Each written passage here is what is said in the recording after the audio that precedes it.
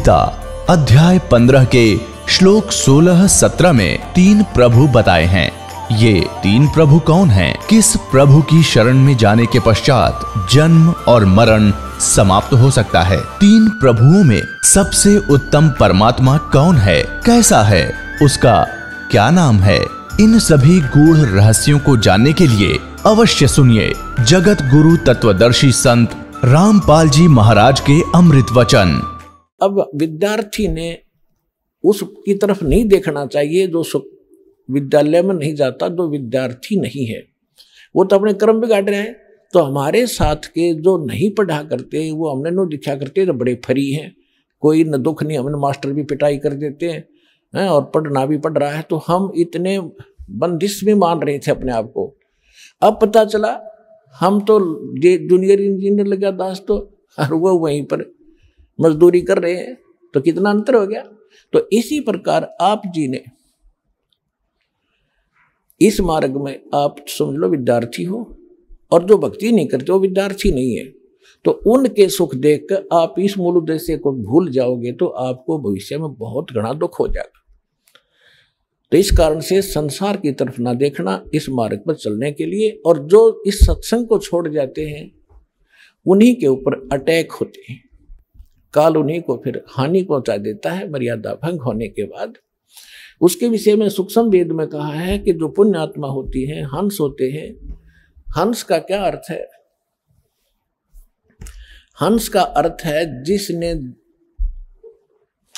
दूध और पानी को अलग अलग कर लिया। एक हंस पक्षी होता है, उस हंस पक्षी के अंदर परमात्मा ने एक ऐसा गुण दिया है कि उसमें 1 गिलास दूध 1 गिलास जल मिलाकर उसके आगे रख दो, वो चोंच डालती उसको अलग अलग कर देगा। दूध ग्रहण कर लेगा, जल नू का अनुशेष छोड़ देगा। तो पुण्यात्मा कहते हैं ना, दूध पानी छान ले भाई, यानी अच्छी तरह जांच कर ले। जांच करने के बाद आप इस मार्ग को ग्रहण करें, फिर आप हंस होगे। आपने दूध पानी छान लिया, अपना प्लस माइनस देख लिया, तो आप इस ज्ञान से परिचित होकर यहां लग गए हो। तो आप इस स्थान को छोड़कर नहीं जा सकते, चाहे कुछ भी बात हो, कितना ही आपने कोई वैभव दिखाई दे किसी का। दूसरा, हंस के अंदर एक क्वालिटी होती है, एक और गुण दिया भगवान ने कि वो किसी सरोवर पर होगा, झील पर होगा, लेक पर, तो वहां वो उसकी पहचान है, वो ना मछली खाएगा, ना मेंढक खाएगा, कीट नहीं खाएगा, वो केवल मोती खाएगा। और उसी की शकल का एक होता है बुगला। बुगला मोती नहीं खाएगा, वो ही खाएगा, मच्छी खाएगा, मेंढक खाएगा, कीड़े मकोड़े खाएगा। तो इतना अंतर हो जाएगा आप में और जगत में। जगत क्या खाता है? मांस खाएगा, शराब पीता है, बीड़ी पीता है, और फिर बकवाद करता है, डांस करता है, कि तो सिनेमा देखता है, फिल्म देखता है, बड़ी बड़ी कोठी बनाकर अपनी टौर दिखाना चाहता है। तो वो तो समझ लो परमात्मा कहते हैं ये भगत के लक्षण नहीं है। फिर क्या बताया है कि जैसे, और मान लीजिए कोई व्यक्ति भक्ति नहीं करता और वैसे नेक आत्मा है, शराब भी नहीं पीता, मांस भी नहीं खाता, हुक्का तम्बाकू का प्रयोग भी नहीं करता, नेक नीति से रह रहा, तो भी अपना जीवन नाश कर रहा है। कैसे? जैसे 2 एकड़ जमीन है, 1 एकड़ जमीन को खूब संवार दिया, खूब बुरी अच्छी तरह घास फूस काट दिया, उसका निर्मल कर दिया संवार के, और बीज बोया नहीं। वो समरा सुमराया खेत के काम आया जब बीज ना बोया। और दूसरा, वो जिसमें झाड़ दंखाड़ जमे हैं उसमें कुछ वो संवारा नहीं, उसमें कोई अंतर नहीं। हाँ, उसमें अगर बीज डाल दिया जाता है तो उसका लाभ है। इसी प्रकार जो विकार नहीं करते और भक्ति नहीं करते वो भी व्यर्थ है। समारे हुए खेत की तरह समझ लो। और दूसरे जो कबाड़ करते हैं वो उस जिसमें सारा खरपतवार उग रहा है, झाड़ बोझड़े उगेंगे, वो समझ लो। तो संत की शरण में आने के बाद उन दोनों का कल्याण होगा। अब जैसे किसान है, उसको समरा समरा खेत मिल जाए तो घना खुशी होता है, तुरंत बीज बो देगा, 1-2 बर्बाक है। और वो बंजर भी मिल जाता है तो उसका भी करता है इलाज वो, उसने काट के पीट के खोद के उसके सारे डंगे हटा के फिर बोएगा। तो वो व्यक्ति भी जो भक्ति नहीं करते उनमें कबाड़ उग गया है। यहाँ आगे तो हमारे पास वो हथियार हैं तत्व के सत्संग रूपी प्रवचनों के, उनके सारे डंगे काट देंगे और सतनाम का बीज बो के सफल करेंगे।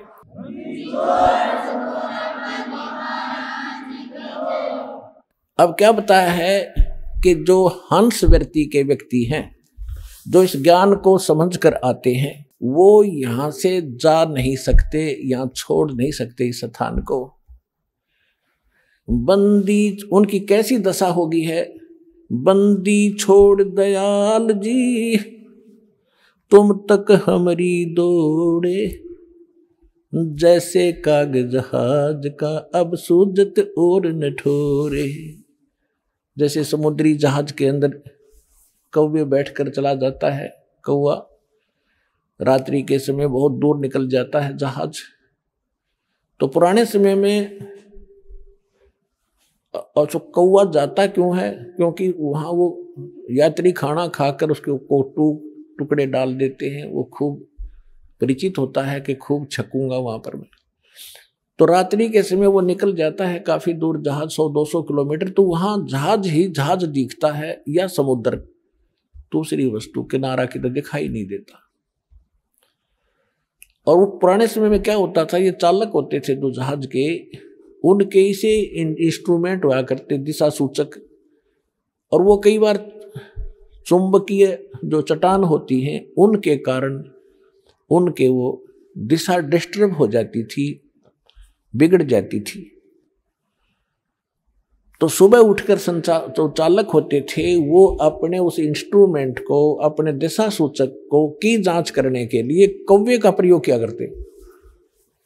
और कौवे के अंदर एक ऐसा गुण दिया मालिक ने, परमात्मा ने, कि वो जिधर से चला था डायरेक्ट सीधा स्ट्रेट उसी तरफ उड़ता है।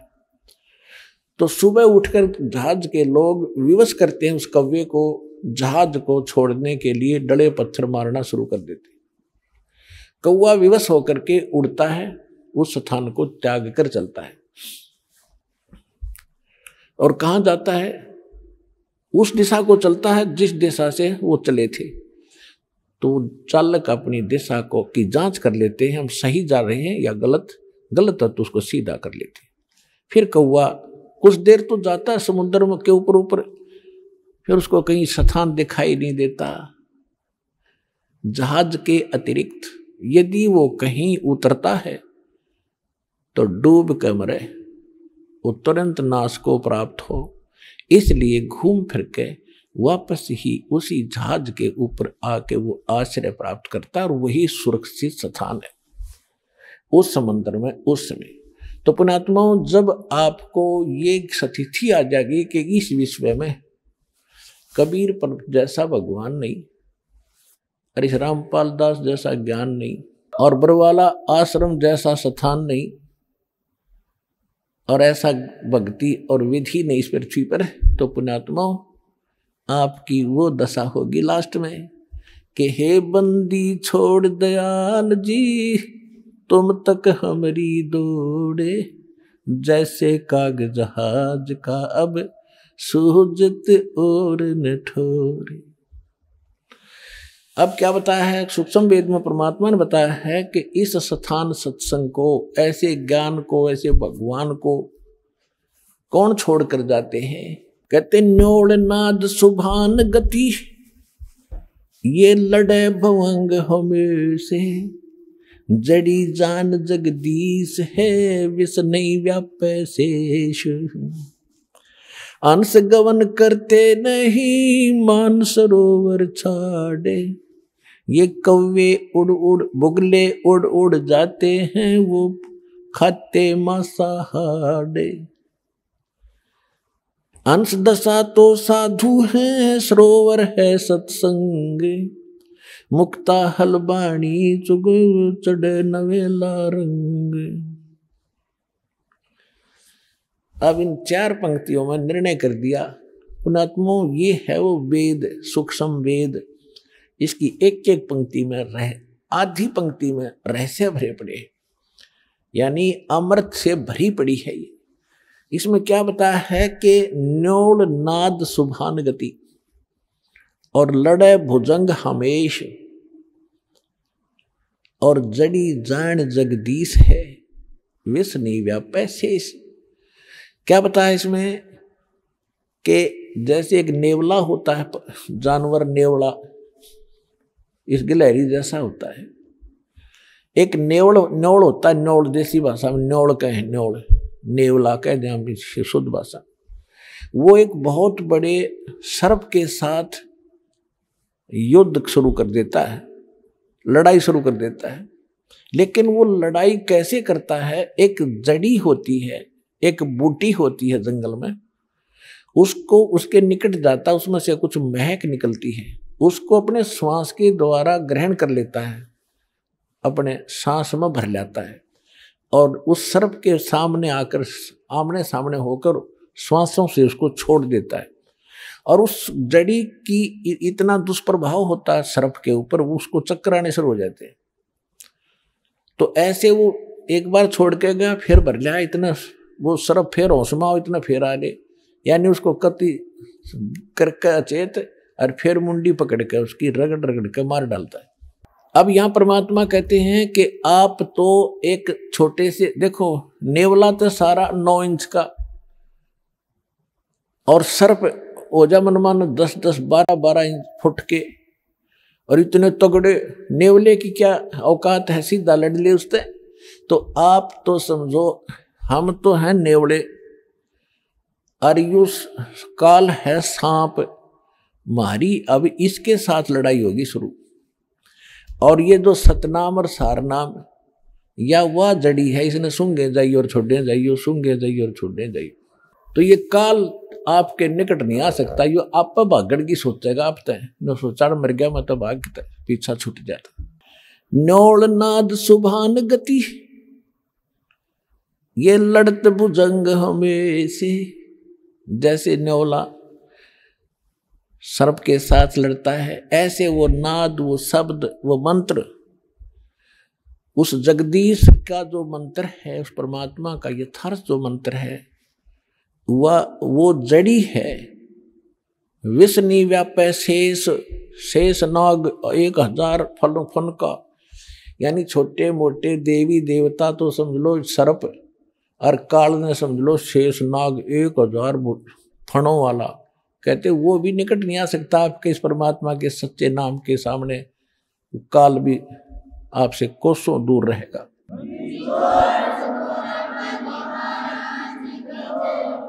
और देखो क्या बताया है, कितना गजब, नेक्स्ट पंक्ति में और कमाल कर दिया। अंश गवन करते नहीं ये मान सरोवर छाड़े। हंस, हंस, आप हंस हैं तो तत्व ज्ञान को समझ कर आए हो, आपने दूध और पानी छान लिया। दूसरे आपने विकार त्याग दिए, बीड़ी शराब मांस तंबाकू दान दहेज ये बकवाद नहीं करोगे तो आपने वो, आप मेंढक मच्छी नहीं खा सकते। कहते हैं जिनका अनसा देश सुदेश का और पड़ा कुदेशा आए, जिनका चारा मोतियां वो गोग्यों क्यों पतियाए। ओए होए, कितनी प्यारी वाणी बोल रखी है कि ये जीव, ये हंस मेरा बच्चे उस सुदेश के थे, अच्छे लोक में रहा करते थे, और ये गिर गए इस कुदेश में, बुरे देश में आ गए। और जिनका चारा मोतियां, जो हंस मोती खाते हैं वो घोग्यों क्यों पतियाए। घोगे यानी कीड़े मकोड़े, आपने देखे होंगे, ये संकले से है ना, छोटे छोटे जीव होता है ना, मांस सा का टुकड़ा सा। और ये जो कौवे हैं, बुगले हैं, ये उन घोग्या ने खाया करे, कीड़ा ने। तो कहते जिनका चारा मोतियां, जिनको ये पता लग गया हम तो सतलोक के रहने वाले हैं, ये गंद थोड़ा ही खाया करते हैं, मांस खाना, शराब पीना, बकवाद करना, तम्बाकू पीना, ये कोई ये हंसों के काम, अच्छी आत्माओं के काम थोड़े ये। तो जब आपको कहते हैं हंसा देश सुदेश का और पड़ा को देशा आए, और जिनका चारा मोतियां वो गोग्यों क्यों पतियाए, गोग्यों के ऊपर कैसे प्रसन्न होंगे वो नहीं खा सकते। राम नाम के मोती खाएंगे, परमात्मा के गुण गाया करेंगे, रोज डेली भक्ति करेंगे, दान करेंगे, धर्म करेंगे, इनका तो ये थे वो मोती, ये खाने चाहिए थे। परमात्मा कहते हैं चारों युग में मेरे संत पुकारे और कूक कहा हम हेल रे, ये हीरे माणिक मोती बरसे ये जग चुगता ढेल रे। परमात्मा कहते हैं चारों युग में मैं आया और जिन प्यारी आत्माओं से मैं मिला उनको ज्ञान दिया, उन्होंने और हम सब ने मिलकर ऊंचे ऊंचे स्वर में ढोल पीट पीट के आवाज लगा ली रही, ये ज्ञान गलत है, ये भगवान भक्ति करण के नहीं है। तीन देव की जो करते भक्ति उनकी कदे ना होवे मुक्ति, 600 वर्ष पहले भगवान कहा करते थे, और वही महापुरुष कहा करते थे जिनको भगवान मिले थे, जिनके शुभ नाम दास ने बहुत बार आपको बताए हैं। तो यहां कहते हैं चारों युग में संत पुकारे और कोक कहा हम हेल रे, हेल माने रुके दे के आवाज लगा के, हीरे माणिक मोती बरसे ये जग चुगता ढेल रे। तो ये राम नाम के मोती हम बेखारे गली गली। तो यहां कह रहे हैं कि हंसा देश सुदेश का वो पड़ा को देशा आए, जिनका चारा मोतियां वो गोग्यों क्यों पतिया में। यहां पर 80% व्यक्ति ऐसे हैं जो शराबी थे, मांस खाया करते, जो कि तो हुक्का बीड़ी छूटता नहीं, खूब कोशिश कर ली, आज सब ने त्याग दिया। कोई एक आधा कर्महीन लुकमा सुकमा पीता होगा तो उसका चोट लगेगी, उसको हानि घनी होगी, वो फिर दुर्गति करा के छोड़ेगा। तो यहाँ हम अलाउड नहीं करेंगे उस व्यक्ति को जो मर्यादाहीन है, उसको लाभ नहीं होगा, उसको हानि होगी। फिर वही लोग ये से समझेंगे जनता जन के इन नाम भी ले रखा, इसको हानि क्यों हो रही है। हानि तो वो खुद कर रहा है जो मर्यादा तोड़े बैठे, वो चाहे सार नाम भी प्राप्त कर लियो, उसका कितना ठिकाना नहीं। तो इस प्रकार यहाँ क्या कहा जाता है कि हंसा देश सुदेश का पड़ा को देशा आए। अरे पता लगे उस दिन छोड़ दिया आपने, त्याग दी, पहाड़ में जाओ भाई, हमने टच भी नहीं करेंगे थे कुछ भी हो। अफीम तक खाते थे, समैक तक पीते थे, उन्होंने छोड़ दी। 1-2 दिन तो दिक्कत आई, फिर मालिक ने सहारा दिया अपने बच्चों को, राजकती याद भी नहीं आती उनको।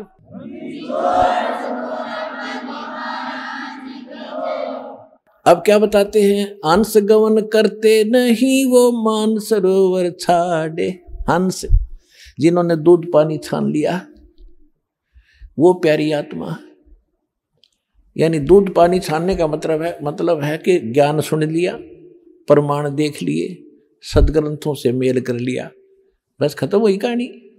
अब आप इंटरव्यू में सुनते हो, भक्तों के अनुभव सुनते हो, प्रत्येक की जुबान पर यह है कि पृथ्वी पर ऐसा ज्ञान नहीं, ऐसा भगवान नहीं, ऐसे सुख हम आज तक सोचे न देखे जो हमको मिल रहे। तो भगवान को इसलिए खोजा करते थे कि वो इसे सुख देता ही देता है, भगवान ने ना मिला था हमने। परमात्मा मिलने के बाद फिर दुख के मांगा आपके, वाह भाई वाह। हंस गवन करते नहीं ये मान सरोवर छाड़े। हंस तो उस मान सरोवर को कभी छोड़कर नहीं जागा जहां पर मोती होंगे, और बुगले उड़ उड़ जाते हैं वो खाते मांसाहारे।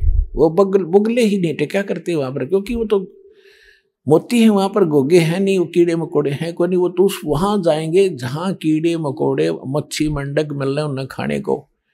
तो जो हंस हैं वो यहाँ से नहीं जा सकते। अब क्या बताया है, हंस दशा तो साधु हैं। साधु माने जिसने अपने आप को साध लिया, बुराई छोड़ दी, सीधा साध सोए जो सीधा चले, सीधा में विकार रहित बकवादे छोड़ के वो साध है। और साध का कोई लाल पीले कपड़े साध बना है क्या? आप सारे साध हो, आप सारे भक्त हो, आप हंस हैं जिन्हें बुराई त्याग कर भगवान की भक्ति प्रारंभ कर दी।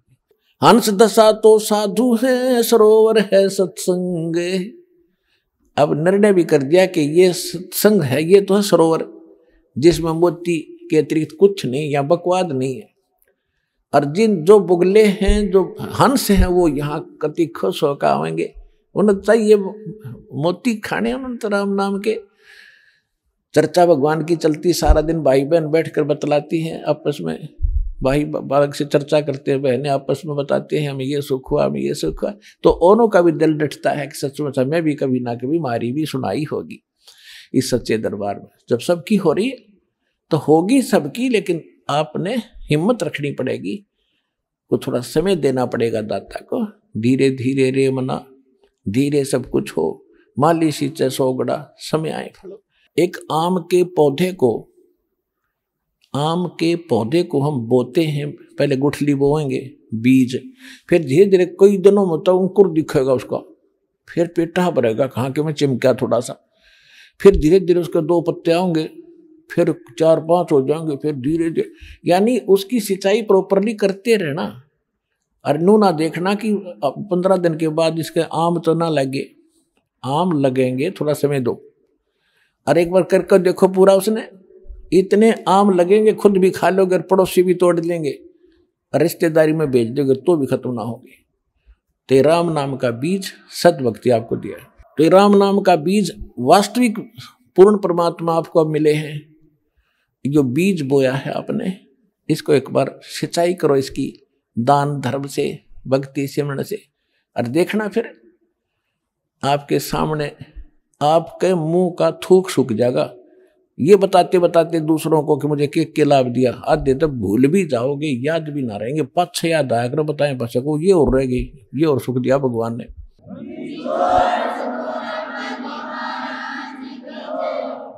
हंस दशा तो साधु हैं, ये सरोवर है सत्संगे,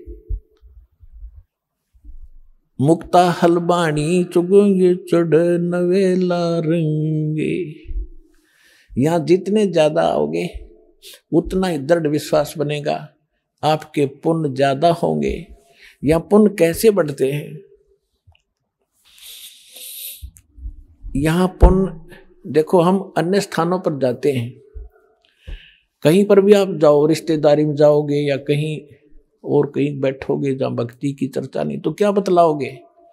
चाहे अच्छी बात भी बतलाते हो तो पुण्य तक कोई नहीं बन रहा। कहीं पर भी आप बैठ के, तो यहां आप चर्चा भी करोगे ना भगवान की, सुनोगे या आपस में बतलाओगे, तो वो ज्ञान यज्ञ का फल आपको साथ मिल रहा है। और पहले हम केवल एक पाठ्य करके ना सोचा करते, गीता का एक पाठ कर लिया हमने, बहुत बड़ी कमाई कर ली, उसका भी राहत मिला करती थी, लेकिन मोक्ष नहीं था। अब मोक्ष होगा कंप्लीट कोर्स करने तय, प्रथम मंत्र, द्वितीय मंत्र और तृतीय मंत्र, सतनाम और साधनाम। और इसके साथ साथ ये 5 यज्ञ भी पैरेलल करनी पड़ेंगे आपने। एक यज्ञ है धर्म की, दूसरी यज्ञ है ध्यान, और तीसरी यज्ञ हवन की, चौथी यज्ञ प्रणाम, और 5वीं यज्ञ ज्ञान है। आपने ये भी साथ साथ करनी पड़ेगी। जैसे बीज बो दिया, बीज तो समझो ये मंत्र हैं जो आपको दिए जाते हैं, और खेत आपका अंतःकरण है, ये ज्ञान से साफ हो चुका है।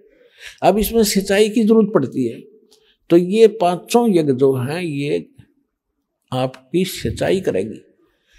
और ज्ञान यज्ञ जो है ये आपके अंतःकरण का अड़ंगा खरपतवार साथ के साथ साफ भी करेगी। पहले भी इसी का काम था सफाई करने का, कस्सी और कसोलियां थे, हल और ट्रैक्टर से, ये समझ लो ये ज्ञान यज्ञ है।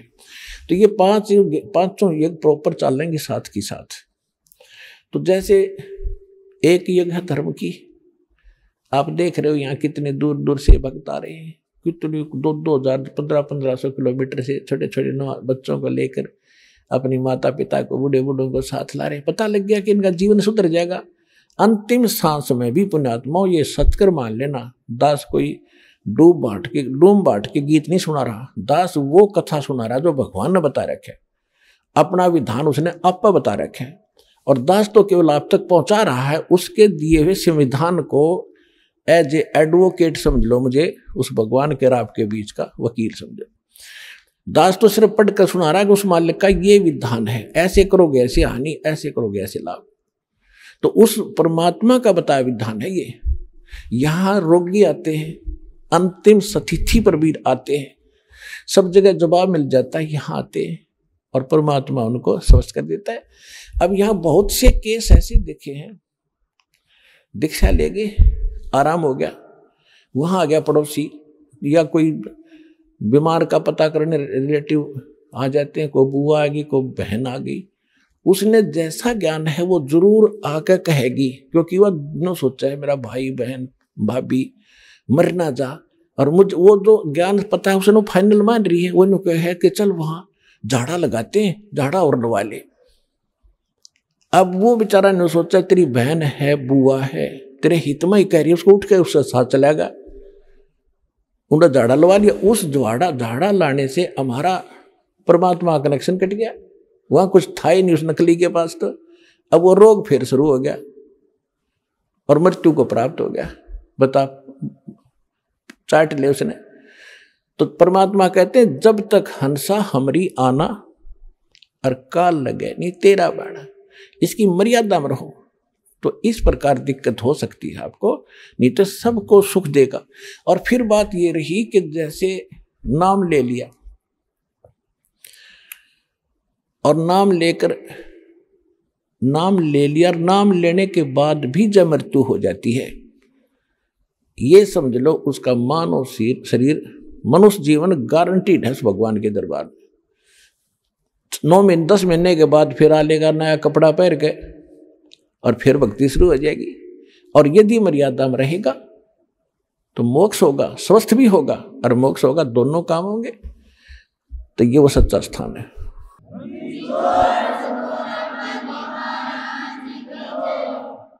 परम पिता परमात्मा पूर्ण ब्रह्म सारी सृष्टि के रचनहार कबीर देव कबीर साहिब कबीर परमेश्वर जी की असीम रजा से आप सभी पुण्यात्माएं सतलोक आश्रम बरवाला में परमात्मा की महिमा सुनने के लिए उपस्थित हो पाए। और भी जिन पुण्यात्माओं के सत्संग सुनने को मिलता है, चाहे किसी DVD CD के माध्यम से या किसी टीवी चैनल के माध्यम से, धनभाग है वो प्राणी। क्योंकि सत्संग सुनने से इस जीव को अपने मनुष्य जीवन के कर्तव्यों का ज्ञान होता है। जब तक हम सत्संग नहीं सुनते हैं तो अपनी परंपरागत सभी क्रियाओं को अंतिम मानकर उसी में संलग्न होते हैं और दृढ़ता के साथ उसी कार्य को कर रहे होते हैं। तो सत्संग सुनने से ज्ञान होता है कि मानव शरीर किस लिए प्राप्त हुआ था और हम कैसे यहां आए हैं, हम क्यों जन्म और मर रहे हैं, क्यों इतने कष्ट भोग रहे हैं। कोई पशु बना है, कोई पक्षी बना है। मानव शरीर में कोई प्राणी सुखी है ही नहीं।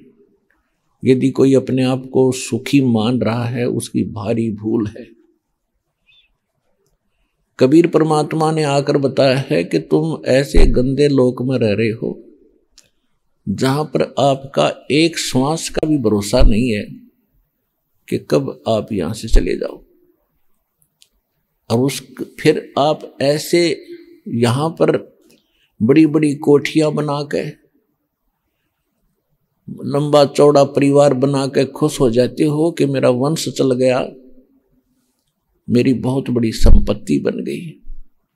ऐसे प्रमाण देखने को मिलते हैं कि एक्सीडेंट के अंदर पूरा का पूरा परिवार नष्ट हो जाता है। सन 2026 जनवरी 2000 के अंदर एक भूकंप आया था गुजरात के अंदर। सभी अपने घरों में गणतंत्र दिवस की झांकियां देखने के लिए अपने टेलीविजनों के पास बैठे थे। सरकारी छुट्टी थी। जिन कोठियों को बनाने में 3-3 पीढ़ियां लग गई, वो 3-3 पीढ़ी उसी दिन समाप्त होगी, खत्म होगी, एक भी नहीं बचा।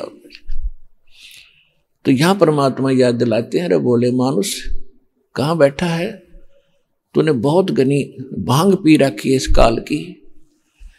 कबीर साहब कहते हैं, कबीर ये माया अटपटी और सब गट आन अड़ी, किस किस न समझाऊं या कुएं भांग पड़ी। फिर इसका विकल्प बताते हैं परमात्मा कि तू यहाँ का रहने वाला नहीं है, तेरा अपना स्थान सतलोक है। सतलोक माने अविनाशी नगर, अविनाशी देश। उस सतलोक के अंदर चल, वहां तुझे कोई आपत्ति नहीं आवेगी, ना वह भूकंप है, ना वह अकाल है। सदाबहार सब फल फ्रूट मेवा और सभी ये वहाँ बाग बगीचे झरने बह रहे हैं। तो पुण्यात्माओं, हमें आज तक कोई ये बताने वाला मिला ही नहीं था कि इसके अतिरिक्त भी कोई स्थान है जहां हम जा सकते हैं। हमने स्वर्ग सुने थे, स्वर्ग, और उसको हम बहुत उत्तम स्थान माने थे। अब परमात्मा के ज्ञान से, इस रोशनी से पता चला कि ये स्वर्ग क्या है। ये सबसे बड़ा धोखा इस जीव के लिए। स्वर्ग वो स्थान है जैसे किसी बड़े शहर में बड़ा होटल हो, जिसमें सब बकवादे हो, नाचने गाने वाली हो, गुटी सूटी लाने के लिए सारी व्यवस्था हो, बढ़िया खाना पीना हो, और जब तक वो होटल में रहता उसे कोई काम नहीं, घंटी बजाई और सारी सुविधा हाजिर पाई। लेकिन वहां कौन जा सकते हैं? धनी व्यक्ति। और फिर वहां क्या करते हैं वो धनी व्यक्ति? अपनी पूंजी का नाश करके, जेब कटवा के, खाली करके, फिर मुंह लटका के अपने फिर कर्म क्षेत्र में पुण्य आते हैं। ये स्वर्ग ऐसा बताया परमेश्वर कबीर जी ने, जैसे गर्मियों के दिनों में आप शिमला चले जाते हो 2 महीने, वो भी कौन जा सके? जो सेठ साहूकार पैसे वाले होंगे, धनी, और 50,000 रुपये ले जाएंगे, होटल में कमरा किराए पर लेंगे और सब अपनी जेब से सब खर्चा करेंगे, और 2 महीने में वो 50,000 रुपये खत्म हो जाएंगे, जेब खाली हो जाएगी। फिर मुंह लटका के वापस वहीं आएंगे। तो 10 महीने तक फिर वो अटपट करके पैसे जोड़ो। अगले वर्ष हो सकता है वो पैसे ना बने, 2 महीने के लिए फिर वहाँ टाइम पास करने के लिए। तो परमात्मा ने बताया है कि यहाँ जितने भी ऋषि मुनि, साधु संत, साधक जो साधना किया करते थे और वो स्वर्ग में चले जाते थे। स्वर्ग एक बहुत बड़ा होटल है, वहां पर सब बकवासे हैं, और अपने ही उस पुनों की पूंजी से वो सब वहां अपना खर्च किया करते थे। और जब उनकी पूंजी समाप्त हो जाती थी, उनको धक्का मार के बाहर निकाल दिया जाता है, फिर नरक में डाले जाते थे। अब परमात्मा ने वो स्थान बताया है कि जहां जाने के बाद आप कभी लौटकर संसार में नहीं आओगे। ये हमारे सदग्रंथों में यह स्थान विद्यमान था, इसके बारे में विवरण था, लेकिन हमारे धर्म गुरु उसको स्पष्ट नहीं कर सके, क्योंकि उनको कंप्लीट स्पिरिचुअल नॉलेज नहीं था, संपूर्ण अध्यात्म ज्ञान नहीं था। वो हमें कहाँ लगाए रखा है उन्होंने? श्री ब्रह्मा जी को तो हम ये पूज्य बताते ही नहीं थे, श्री विष्णु जी और शंकर जी को, श्री दुर्गा जी को, और बाकी अन्य सभी देवी देवताओं को, हनुमान जी को, भैरव और भूत बतालों को, इन सबको पुजवा रहे थे। और कोई एकाध ही किसी की बुद्धि जाती थी जो ब्रह्म तक की साधना करते थे, और वो अपने आप को सबसे श्रेष्ठ मानते थे। अब परमात्मा के तत्व ज्ञान से पता चला कि ये जो ब्रह्म कौन है? ये तो काल है, 21 ब्रह्मांड का स्वामी है, जिसने आपको यह महाकष्ट दे रखा है, अपने स्वार्थ वश रोक रखा है। ये था वो ब्रह्म। 3 देव को सब कोई ध्यावे, उस चौथे देव का मर्म न पावे। चौथा छोड़ 5वें को ध्यावे, कहे कबीर सो हम पर आवे। तो परमात्मा कहते हैं कि इन 3 देवताओं को तो सभी पूजते हैं, और चौथे का कोई एकाधा ही, यानी इस ब्रह्म को बहुत ही कम जानते हैं। और चौथे को भी छोड़ 5वां यानी स्वयं परमात्मा है, उनको छोड़कर जो हम पर आते हैं, कहते हैं उनका फिर जन्म मरण नष्ट हो जाता। जिनको 5वें का ज्ञान हो जाता वो हमारे पास आ जाते हैं। तो पुण्यात्माओं, उस परमेश्वर ने स्वयं आकर हमें ये ज्ञान दिया है कि एक और स्थान है जहां कोई दिक्कत नहीं, कभी मृत्यु नहीं होती। जैसे श्रीमद् भगवत गीता पवित्र हिंदू धर्म के श्रद्धालुओं के लिए एक अनमोल ग्रंथ है और बहुत ही आदरणीय ग्रंथ रहा है। हमारे धर्मगुरु इसी को नहीं समझ सके ये संकेत क्या कर रहे हैं। ये कहते रहे श्री कृष्ण जी ने गीता जी का ज्ञान दिया। यदि हम ये मानकर चलें कि श्री कृष्ण जी ने गीता जी का ज्ञान दिया, वैसे तो श्री कृष्ण जी के शरीर में प्रवेश करके इस काल भगवान ने ब्रह्म ने ये ज्ञान बताया। जैसे कोई भूत प्रेत प्रवेश करके दूसरे की बॉडी में अपना ज्ञान दे देता है। जैसे ब्रह्मा कुमारी पंथ है, ये माउंट आबू पे ये एक भूत का चलाया हुआ है। किसी में एक भूत आता है, कोई माई में या किसी भगत में, और वो अपनी अटपट बकवास करके चला जाता है। तो इसी प्रकार वो काल श्री कृष्ण जी में प्रवेश करके बोल रहा था।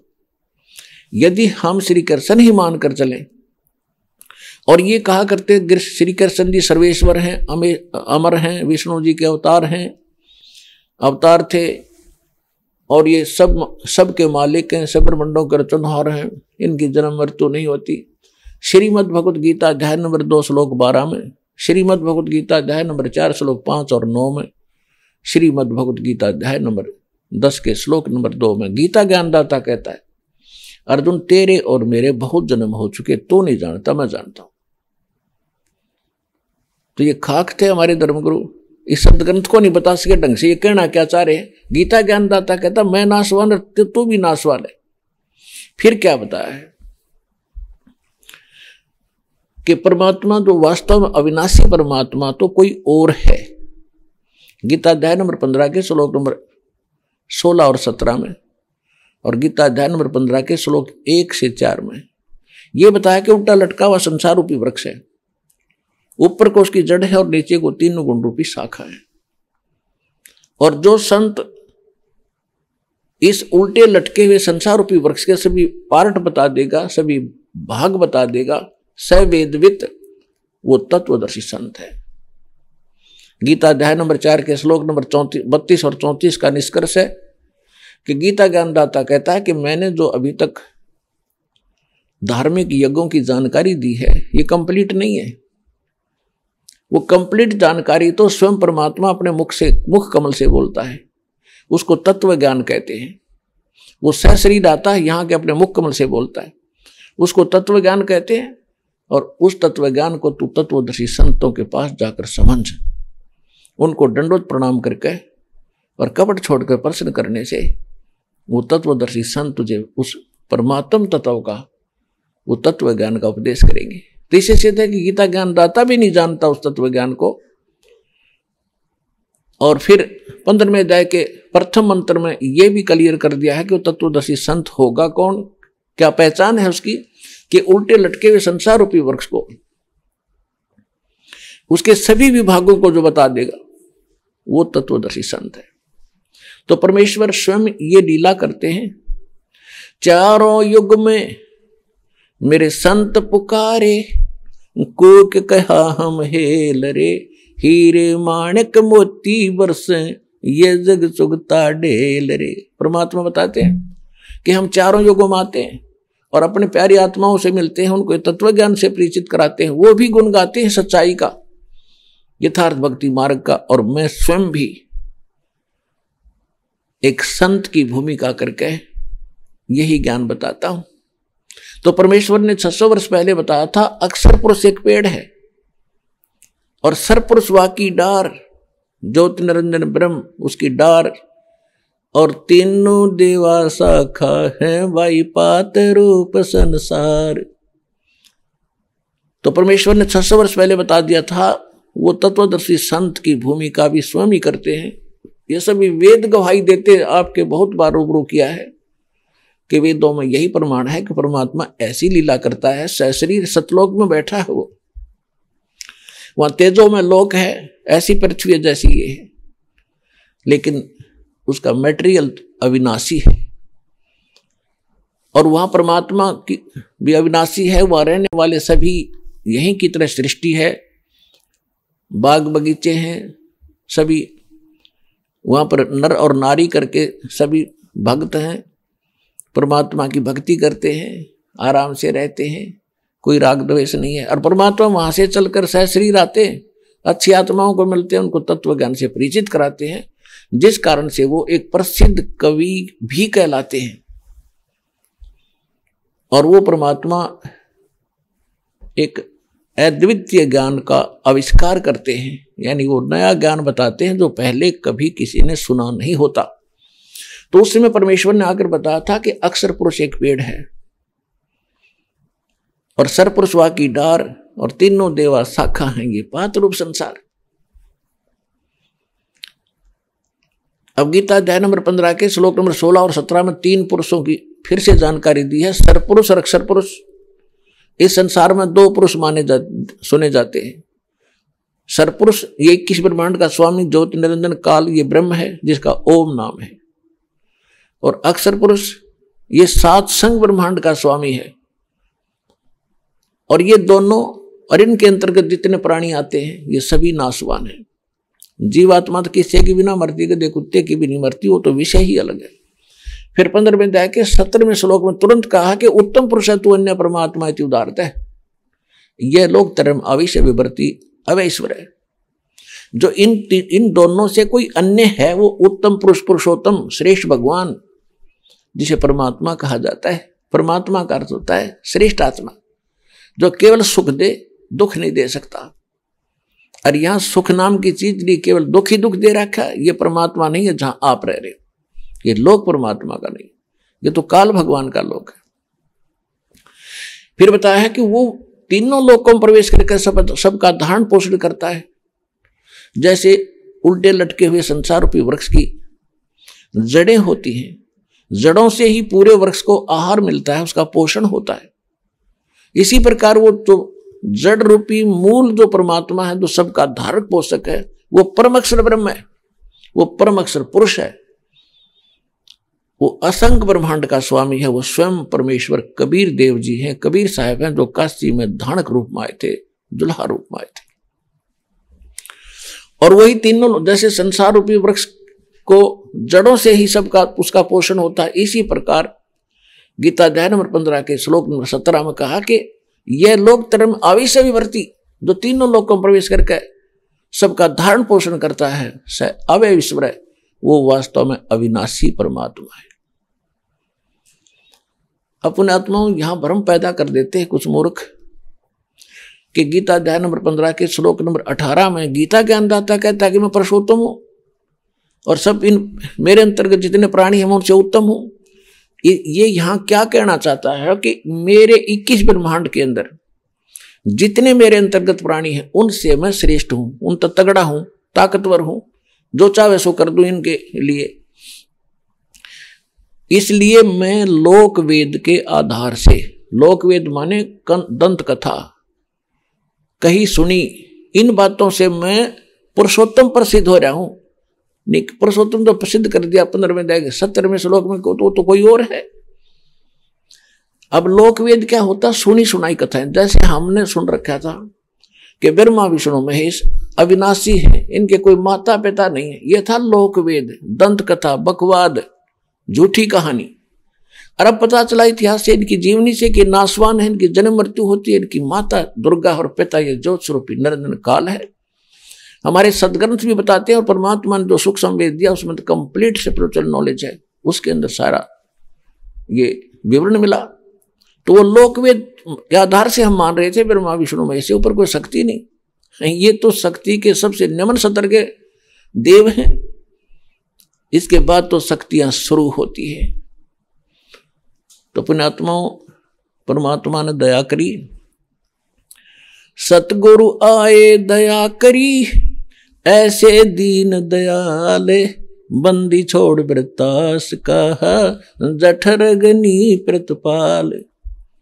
गरीबदास साहब जी कहते हैं सतगुरु आए दया करी, उस परम पिता ने आपका ऊपर मेहर करी, दया करी, ऐसे दीन दयाल उन्होंने आकर यह ज्ञान दिया कि एक और स्थान है।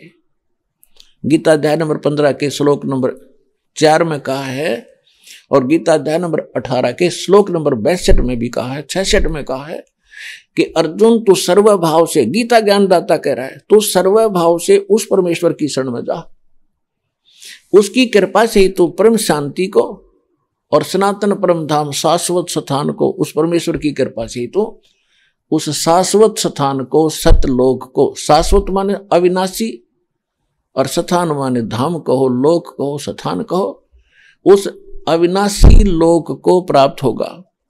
गीता अध्याय नंबर 15 के श्लोक नंबर 4 में कहा कि उसके पश्चात तत्वदर्शी संत के प्राप्त होने पर उस तत्व ज्ञान से अज्ञान को काट कर उसके पश्चात परमेश्वर के उस परम पद की खोज करनी चाहिए, जहां जाने के बाद साधक फिर लौटकर कभी संसार में नहीं आते।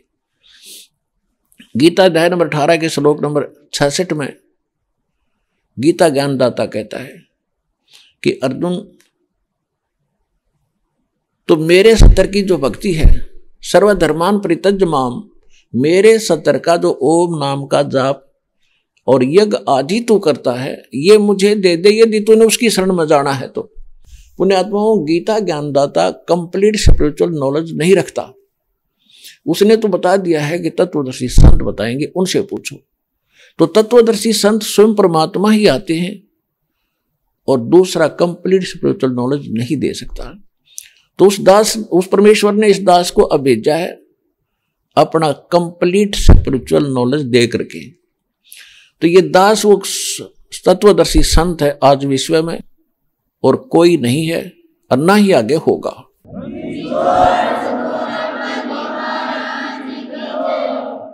तो इसमें क्या बताया है कि जैसे गीता ज्ञानदाता ने गीता अध्याय नंबर 8 के श्लोक नंबर 13 में अपनी साधना बता दी, ओम इति एकाक्षरम ब्रह्म व्यवहारण माम अनुस्मरण ये प्रयाति तजन देहम सयाति परमाम गतिम।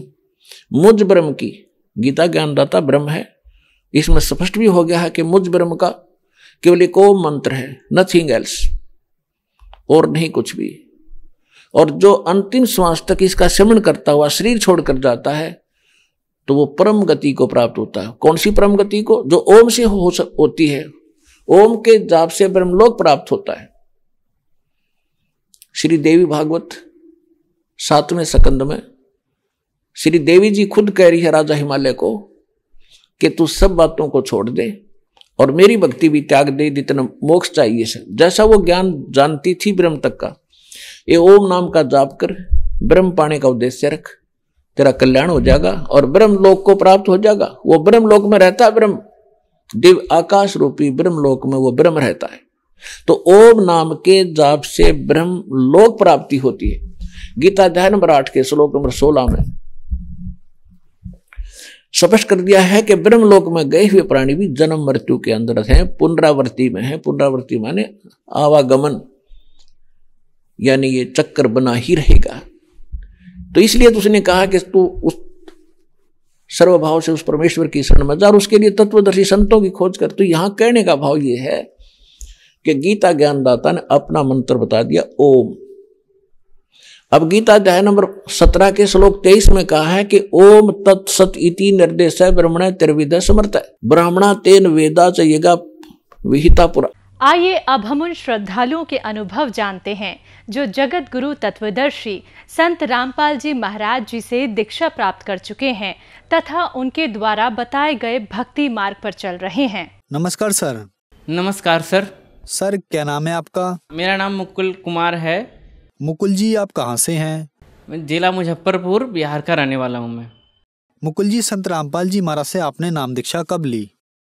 संत रामपाल जी से दीक्षा हमने 23 नवंबर 2019 को लिया। मुकुल जी, संत रामपाल जी महाराज से नाम दीक्षा लेने से पहले आप क्या भक्ति साधनाएं करते थे?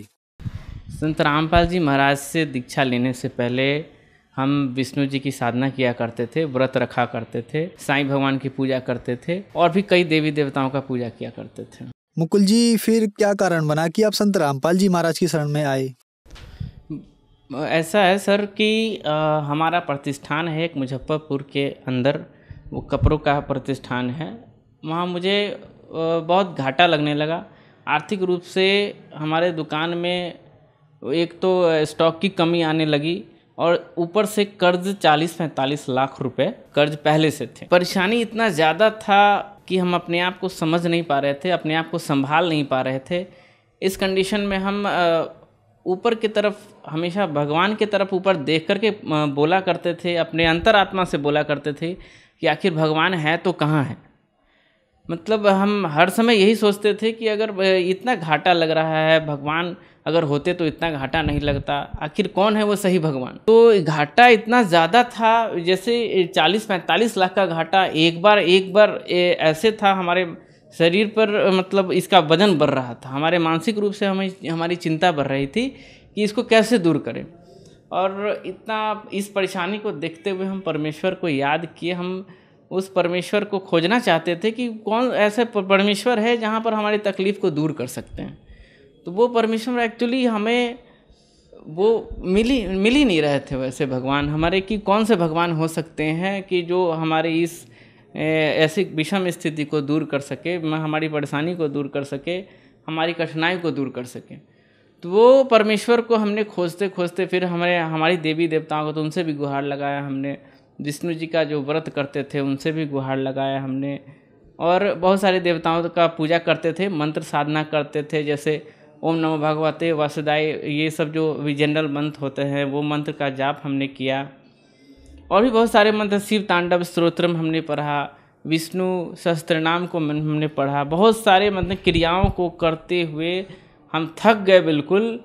हमें लगा कि किसी रूप में यहाँ भगवान नहीं है, लगता है कि जो आर्थिक रूप से, मानसिक रूप से और शारीरिक रूप से हमें मदद कर सकें। तो हम एक बार ऐसे ही दुकान के अंदर बैठे हुए थे और ना मोबाइल को हम चला रहे थे कि मोबाइल के अंदर में जो है कुछ होगा, रामायण व महाभारत, इससे हमें ज्ञान प्राप्ति हो जाए। तो मोबाइल के अंदर हमने एक बार क्या हुआ कि संत रामपाल जी महाराज के रूप में वहाँ एक फ़ोटो आ रही थी बार बार। हम बार बार फेसबुक पर वो चला रहे थे, बार बार वो संत रामपाल जी महाराज का वो सत्संग, वो जो आता है वीडियोज़ के माध्यम से, वो बार बार आ जा रहा था। तो हमें लगा कि ये आखिर क्या है यार, ये बार बार आ जा रहा है, एक बार देखना चाहिए। तो हमने वो वीडियोज़ को क्लिक किया तो एक दो सत्संग ऐसा आ रहा था जैसे लग रहा था हमें ही सुनाया जा रहा है। मतलब जैसे लग रहा है परमेश्वर वो ज्ञान हमारे लिए ही भेजा गया हो। तो हमने उस सत्संग को एक बार वीडियो क्लिप्स देखा। वो वीडियोज़ में ऐसा दिखा रहा था कि हमारे जैसे व्यवसाय के संबंधित बातों को चल रहे थे। तो उसमें ना संत रामपाल जी महाराज ऐसा बता रहे थे कि ये जो लेन देन है ना, ये काल का जाल है, आपको एक लेगा और 4 जगह फंसा देगा। तो एक तरह से लेंगे आप और 4 तरीके से फंसेंगे आप। तो इस तरीके की बात हमें सूट कर गया। हमें लगा कि ये ज्ञान काफ़ी स्पेशल है। तो फिर हमको इंटरेस्ट बना इस चीज़ में। हमने क्या किया कि धीरे धीरे उस ज्ञान को सुनना आरंभ कर दिया। फिर एक दिन ऐसा लगा कि नाम दीक्षा लेना चाहिए, लेकिन फिर भी हम इस चीज़ को मानते नहीं थे। हमें ऐसा लगा कि भाई बहकावे में बहुत सारे गुरु हैं जो बहका सकते हैं, और ऐसा हम फंसने का भी डर था। तो इसकी वजह से हम बार बार नाम दीक्षा नहीं ले पा रहे थे, लेकिन फिर भी ज्ञान सुनते जा रहे थे। बहुत दिन के बाद ज्ञान सुनते सुनते चूँकि हमने प्रमाण देखा कि हर शास्त्र के हिसाब से ही ज्ञान बताया जा रहा है। 6 शास्त्र 18 पुराण सब में प्रमाण बताया जा रहा है कि परमेश्वर एक ही है और उन्हीं का वो पूजा करना चाहिए। तो और हम कर रहे थे शास्त्र विरुद्ध साधना कर रहे थे, ऐसे साधना कर रहे थे जहाँ पे हमें कोई फ़ायदा पहुँच नहीं रहा था। तो संत रामपाल जी महाराज के द्वारा दिया गया हुआ इस ज्ञान से हम अट्रैक्ट हो गए। हमें ऐसा लगा कि यही ज्ञान हमको आगे बचा सकता है हमारे प्रॉब्लम्स में। ऐसा मतलब ये हमारे प्रॉब्लम्स में सुधार लाएगा। हमें ऐसा लगा, अपने अंतरात्मा से हमें फीलिंग ऐसा आने लगा। फिर एक दिन और भी ज्ञान सुनते सुनते हम कंप्लीट हो गए। मतलब 6-7 महीना के बाद हमें ऐसा लगा कि अब नाम दीक्षा लेना चाहिए, क्योंकि परमेश्वर को हम पहचान चुके थे। और परमेश्वर को पहचानने के बाद हमने संत रामपाल जी महाराज के पास जा कर के नाम दीक्षा ली। मुकुल जी, संत रामपाल जी महाराज की शरण में आने के बाद क्या आपको कोई लाभ भी मिले? भगत जी, लाभ तो इतना है कि सर ऐसा है कि लाभ को तो मैं आपके सामने काउंट नहीं करा सकता हूँ, लेकिन एक दो लाभ ऐसे बताता हूँ जो काफ़ी मतलब आध्यात्मिक क्षेत्र से बहुत ज़्यादा उसकी प्रावधानता है। सर ऐसा है कि परमात्मा के शरण में आने के बाद जो लाभ के क्षेत्र में हमारा जो 40-45 लाख का जो कर्ज था वो इतना ज़्यादा था कि मेंटली अनफिट हो चुके थे हमको ऐसा लग रहा था कि ये कर्ज हमसे कभी ये क्लियर नहीं हो पाएगा। मतलब परेशानी चारों तरफ से हमारे मेंटल डिस्ट्रेस कर चुका था। वो हमारे बॉडी एक भी होना चालू हो गया था, उसके कारण हमारा शारीरिक प्रॉब्लम भी चालू हो गया था। तो वो शारीरिक प्रॉब्लम एक मानसिक रूप से ही जो उत्पन्न होता है उसके कारण शारीरिक प्रॉब्लम्स भी आती है। तो सारा प्रॉब्लम्स एकदम से क्रिएट होने के बाद ऐसा लग रहा था कि ये हमसे सॉर्ट आउट होने वाला नहीं। जिस परमेश्वर की खोज में थे वो पूर्ण परमात्मा संत रामपाल जी महाराज के शरण में आने के बाद मुझे पता चल गया कि यही वो भगवान है जो ये सारे दुखों का निवारण कर सकते हैं। और साल 2 साल के अंदर में ये सारे चीज़ों को एक्युमुलेट करके परमात्मा ने एकदम से ऐसे कर दिया, पता ही नहीं चला कि कभी इतना कर्ज भी था और इतना मेंटल डिस्ट्रेस भी था। साथ साथ शारीरिक परेशानी जो शारीरिक परेशानी थी उसको भी दूर किया परमात्मा ने। हमारी शारीरिक परेशानी ये थी कि एक तो कर्ज के रूप में जो हमारे ऊपर ज़्यादा से ज़्यादा कर्ज थी 40-45 लाख की, उसके कारण हमारा ना वो पाचन जो डाइजेस्टिव सिस्टम होता है ना, पाचन तंत्र, वो ख़राब होने लगा था। डॉक्टर से दिखाने के बाद डॉक्टर ने बताया कि लीवर का प्रॉब्लम है, SGPT बढ़ा हुआ है, तो काफ़ी बढ़ गया था। पेट में इंटेस्टाइनल प्रॉब्लम्स भी थी, ट्रैक्ट में प्रॉब्लम थी और भी बहुत सारी शारीरिक परेशानी थी जो छोटे छोटे रूप में थे।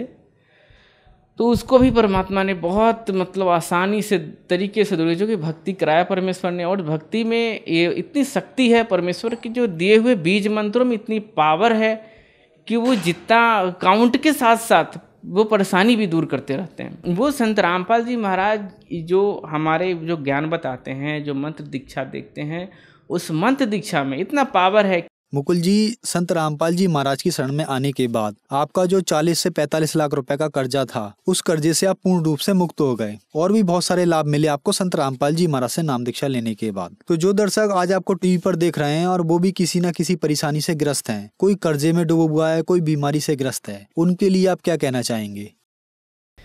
ऐसा है सर कि ये मैसेज तो हम नहीं दे सकते हैं। ये परमात्मा, पूर्ण परमात्मा इस धरती पर आए हुए हैं, मैसेज वही दे सकते हैं। लेकिन हम लोग को निमित्त मात्र बनाया गया है तो उनके मैसेज को हम आगे बढ़ा सकते हैं। ऐसे ये परमेश्वर का विधान है कि जो परमेश्वर के शरण में आएंगे उसकी आई टलेगी बला, मतलब परेशानी जो भी है वो दूर होंगे। पूर्ण परमेश्वर संत रामपाल जी महाराज जी के शरण में सभी भक्तों को आ करके अपने दुखों का निवारण हेतु, चाहे शारीरिक हो, मानसिक हो, चाहे आर्थिक रूप से हो, परमेश्वर के शरण में आने के बाद ये सारी प्रॉब्लम्स दूर होती हैं। हमने आपको एग्जांपल्स के रूप में बताया ही कि हमारी जब खुद की इतनी बड़ी प्रॉब्लम्स थी वो सॉर्ट आउट कर दिया, मानसिक, शारीरिक, आर्थिक। तो ऐसे भी भगत जो परमात्मा के शरण में आएंगे, जो जगत के लोग हैं, उनकी भी परेशानी दूर परमात्मा दूर करेंगे। पूर्ण परमात्मा संत रामपाल जी महाराज यहाँ धरती पर आए हुए क्लियर कर देंगे सर। मुकुल जी, संत रामपाल जी महाराज से नाम दीक्षा कैसे ली जा सकती है? ऐसा है सर कि नाम दीक्षा लेने के लिए सत्संग के माध्यम से नीचे पीली पट्टी चलती है, उसमें टेलीफोन नंबर दिए हुए रहते हैं, 2-3 टेलीफोन नंबर रहते हैं, उसमें आप फ़ोन करके आप पता कर सकते हैं। धन्यवाद सर। सत साहब।